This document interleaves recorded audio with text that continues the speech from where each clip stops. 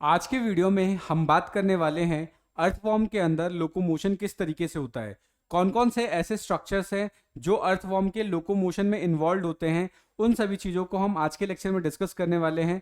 तो अगर आप चैनल पर नए हैं और अभी तक चैनल को सब्सक्राइब नहीं किया है तो आई अर्ज कि चैनल को सब्सक्राइब कर लीजिए, अपने दोस्तों का शेयर कर लीजिए। तो चलिए फिर डायरेक्टली मूव करते हैं अपने मेन टॉपिक के ऊपर और समझते हैं कि अर्थवॉर्म के अंदर लोकोमोशन किस तरीके से होता है।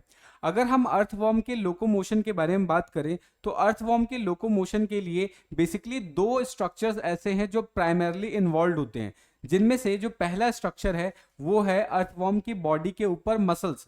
यानी अर्थवॉर्म की जो बॉडी के अंदर जो मसल्स होते हैं, जो मस्कल्चर है बॉडी वॉल के, वो इन्वॉल्व होते हैं। और उसके अलावा जो दूसरा स्ट्रक्चर जो इन्वॉल्व होता है लोकोमोशन में वो होता है आपका सीटी। ठीक है, सो ध्यान रखना है कि अर्थवॉर्म के अंदर जो बॉडी के अंदर जो लोकोमोशन होगा उसके लिए बॉडी वॉल का मस्कल्चर और दूसरा जो सीटी है, ये दोनों स्ट्रक्चर मिलके अर्थवॉर्म के अंदर लोकोमोशन में हेल्प करते हैं। ठीक है, अब हम समझेंगे कि लोकोमोशन किस तरीके से होता है, किस तरीके से उनके अंदर कॉन्ट्रैक्शन और रिलैक्सेशन होता है, उन चीजों को समझने की कोशिश करते हैं। तो एक साइंटिस्ट हुए जिनका नाम था ग्रे एंड लिस्मान।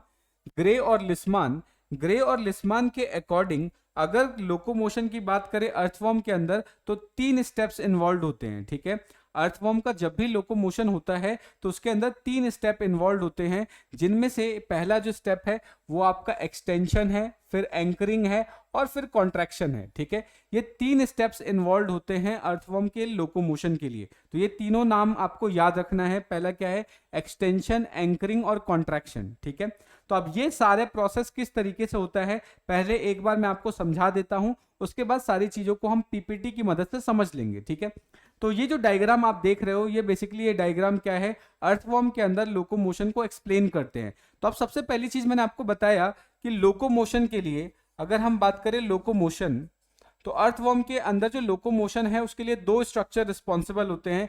एक तो मस्कल्चर, एक होगा मस्कल्चर और दूसरा क्या है? सीटी। ठीक है, एक होगा सीटी। अब ये किस तरीके से रिस्पॉन्सिबल होता है उसको समझते हैं। अर्थवॉर्म की बॉडी के अंदर आपको दो टाइप के मसल्स देखने को मिल जाएंगे, जिसमें से एक जो मसल है उसको हम बोलते हैं सर्कुलर मसल। ठीक है, ये डायग्राम आप ध्यान से देख पा रहे होगे, ये जो मसल है इसको हम बोलते हैं सर्कुलर मसल, और जो दूसरा मसल रिस्पॉन्सिबल होता है उसको हम बोलते हैं लॉन्गिट्यूडनल मसल। ये दूसरा मसल कौन सा है?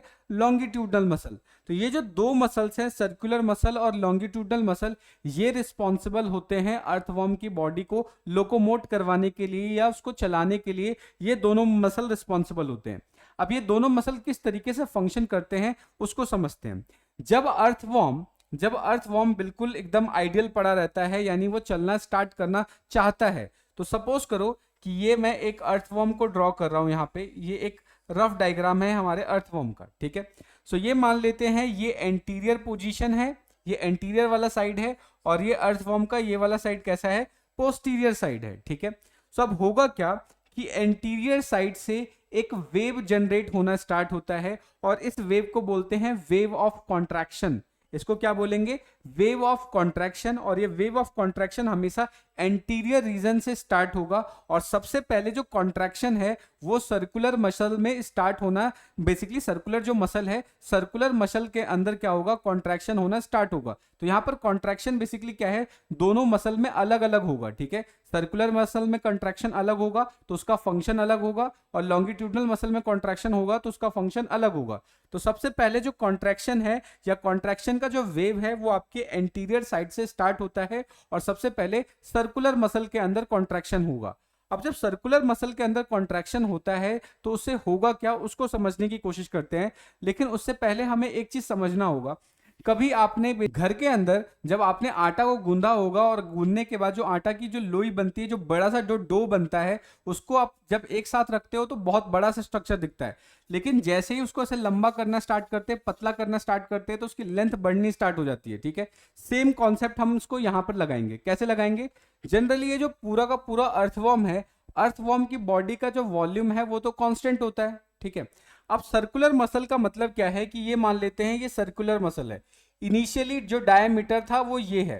ठीक है, लेकिन जैसे ही सर्कुलर मसल में कॉन्ट्रैक्शन होगा, जैसे ही सर्कुलर मसल में कॉन्ट्रैक्शन होगा तो इसका डायमीटर पहले के मुकाबले क्या हो जाएगा? कम हो जाएगा। जैसे ही सर्कुलर मसल के डायमीटर में क्या होगी, कमी आएगी, तो वैसे ही जो अर्थवर्म है उसकी लेंथ बढ़ जाएगी। ठीक है, तो ध्यान रखना, अगर सपोज करो कि ये एक मेरे पास मान लेते जेली जैसा कुछ होता, अगर मैं इसको ऐसा दबाऊंगा तो इसको दबाते ही क्या होगा, ये आगे की साइड ऐसे फैलेगा ना, इसका लेंथ बढ़ना स्टार्ट हो जाएगा। ठीक है, सो ध्यान रखना है कि जब भी कॉन्ट्रैक्शन की बात करें, कॉन्ट्रैक्शन हमेशा एंटीरियर रीजन से होगा और सबसे पहले कौन से मसल में होगा, सर्कुलर मसल में होगा। तो सर्कुलर मसल में जैसे ही कॉन्ट्रैक्शन होना स्टार्ट होगा, वैसे ही क्या होगा, अर्थवर्म की जो लेंथ है वो बढ़नी स्टार्ट हो जाएगी। तो अगर आप यहां पर ध्यान दो तो सबसे पहले क्या होगा कि जो एंटीरियर वाला जो रीजन है, जो हेड वाला रीजन है, उस रीजन के अंदर कॉन्ट्रैक्शन होना स्टार्ट होता है, यानी वहां से कॉन्ट्रैक्शन का फिनोमिना स्टार्ट हो जाएगा। और सबसे पहले कॉन्ट्रैक्शन किस में होगा, सर्कुलर मसल में। जैसे ही सर्कुलर मसल में कॉन्ट्रैक्शन होता है, वैसे ही ये अर्थवर्म की जो लेंथ है वो बढ़ जाती है। ठीक है, अब जब लेंथ बढ़ गई तो पहले मान लेते हैं कि ये पहले अर्थवर्म इधर था, अब इसकी लेंथ बढ़ी तो ये थोड़ा सा आगे आ जाएगा। ठीक है, जैसे ही आगे आएगा, अब जो कॉन्ट्रैक्शन है अब वो सर्कुलर मसल से शिफ्ट होके किधर चला जाएगा, लॉन्गिट्यूडनल मसल में। ठीक है, उसमें किस में चला जाएगा, लॉन्गिट्यूडनल मसल में। तो मान लेते हैं ये जो मार्कर दिख रहा है ये आपको लॉन्गिट्यूडनल मसल है, बिल्कुल इस तरीके से सीधा सीधा है। अब अगर लॉन्गिट्यूडनल मसल में कॉन्ट्रैक्शन होगा, फॉर एग्जांपल अगर मैं इसको ऐसा पिचका दूं, ऐसे पिचकाऊंगा तो ऑटोमेटिकली क्या हो जाएगा, फूल जाएगा। अगर ये लॉन्गिट्यूडनल वाली चीज को अगर इस तरीके से पिचकाया जाएगा तो ऑटोमेटिकली ये क्या हो जाएगा, फूल जाएगा। तो जैसे ही सर्कुलर मसल में कॉन्ट्रैक्शन खत्म होता है, सर्कुलर मसल के कॉन्ट्रैक्शन की वजह से क्या है, इस अर्थवर्म की जो लेंथ है वो बढ़ जाती है। लेकिन जैसे ही सर्कुलर मसल के कॉन्ट्रैक्शन के बाद लॉन्गिट्यूडनल मसल में कॉन्ट्रैक्शन होता है, वैसे ही क्या होगा, यहां पर आप देखोगे कि लॉन्गिट्यूडनल मसल में कॉन्ट्रैक्शन होते ही यहां पर जो डायमीटर है वो बढ़ जाता है, ये फूल जाता है अर्थवर्म। ठीक है, और जिस समय ये फूलेगा उसी समय ध्यान रखना है कि लॉन्गिट्यूडनल मसल के कॉन्ट्रैक्शन के समय ही इसका जो साइज है वो इंक्रीज हो जाता है, और उसी समय जो सीटी है वो सीटी यहां से मसल से निकलेगा और निकल के इसको सरफेस से इस तरीके से एंकर्ड कर लेगा, इसको चिपका लेगा ताकि ये मूव ना करे। ठीक है, तो ध्यान रखना है सर्कुलर मसल के अंदर कॉन्ट्रैक्शन की वजह से वो आगे की तरफ बढ़ेगा, और लॉन्गिट्यूडल मसल जब बेसिकली लॉन्गिट्यूडल मसल के अंदर जब कॉन्ट्रैक्शन होता है तो फूल जाता है और अपनी जगह पे चिपका हुआ रहता है। ठीक है, फिर अगेन ये कॉन्ट्रैक्शन होगा, फिर से सर्कुलर मसल के अंदर होगा, फिर से वो आगे जाएगा। जैसे ही सर्कुलर मसल में कॉन्ट्रैक्शन होता है तो जो सीटी पहले चिपकी हुई थी जमीन से वो अंदर की तरफ चली जाती है, रिट्रेस हो जाती है। ठीक है, लेकिन जैसे ही लॉन्गिट्यूडनल मसल के अंदर कॉन्ट्रैक्शन होगा, वैसे ही क्या होगा कि सीटी बाहर आएगी और जमीन से चिपक जाएगी। इस केस में क्या है कि सर्कुलर मसल साइज को बढ़ाता है, उसको आगे की तरफ लेके जाता है, लॉन्गिट्यूडनल उसको फिक्स करता है सो दैट कि वो पीछे ना चला जाए। ठीक है, अब ये जो वेव है कंटिन्यूअसली चलता रहेगा, अल्टरनेट वे में चलेगा कि पहले कॉन्ट्रैक्शन हो रहा है सर्कुलर का, फिर लॉन्गिट्यूडनल का, फिर सर्कुलर का, फिर लॉन्गिट्यूडनल का। इस तरीके से धीरे धीरे ये जो आपका अर्थवर्म है वो धीरे धीरे क्या होगा, धीरे धीरे आगे की तरफ बढ़ता चला जाता है। ठीक है, उसके अलावा एक चीज आपको और ध्यान में रखनी है कि जब सर्कुलर मसल के अंदर कॉन्ट्रैक्शन होता है तो जब साइज उसका इंक्रीज होता है, उस केस में जो इसके सिलोमिक फ्लूइड है, जो इस अर्थवर्म के अंदर का जो सिलोमिक फ्लूइड है वो बेसिकली क्या हो जाएगा, क्योंकि पहले जब स्पेस ज्यादा था तब तो वो सिलोमिक फ्लूइड एकदम अच्छे से फंक्शन कर रहा था, अच्छे से फैल रहा था, लेकिन जैसे ही वो इलोंगेट होगा, लंबा होगा, वैसे ही वो सिलोमिक फ्लूइड के लिए क्या हो जाएगा, एरिया कम हो जाएगा। तो वो क्या है, सिलोमिक फ्लूइड बहुत ज्यादा प्रेशर एक्सर्ट करेगा वॉल्स ऑफ मसल्स पे। ठीक है, यानी जैसे ये पतला हो जाएगा तो यहां पर जो सिलोमिक फ्लूइड का जो प्रेशर है वो बहुत ज्यादा हो जाएगा। अब जब सिलोमिक फ्लूइड का प्रेशर ज्यादा होता है, इस कंडीशन में एक बिल्कुल टाइट स्ट्रक्चर बनता है जो इसको हेल्प करेगा आगे बढ़ने में और बिल को बनाने में। ठीक है, ये चीज आपको याद रखना है। तो ये जो सिलोमिक फ्लूइड का जो प्रेशर है, वो सिलोमिक फ्लूइड का जो प्रेशर है वो अर्थवर्म के शेप को मेंटेन करके रखता है।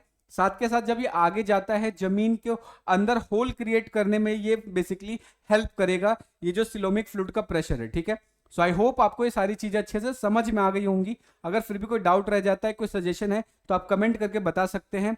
अब इन सारी चीजों को हम क्या करते हैं, एक बार फटाफट पीपीटी की मदद से समझ लेते हैं सो दैट की सारी चीजें हमें क्लियर हो जाए।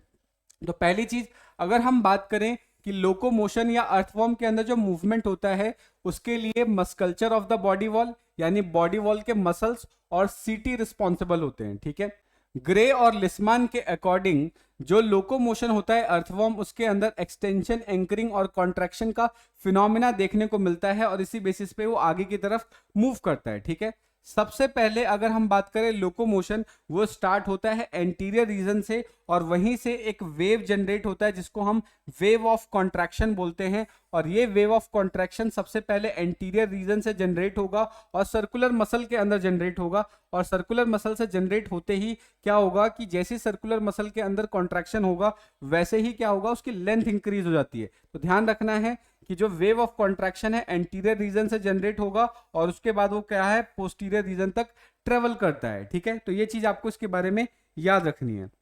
नेक्स्ट क्या होगा, अब जनरली जैसे ही सर्कुलर मसल के अंदर कॉन्ट्रैक्शन होता है उसी केस में बॉडी थिन हो जाती है, पतली हो जाती है और लंबी हो जाती है। ठीक है, ये चीज आपको याद रखना है।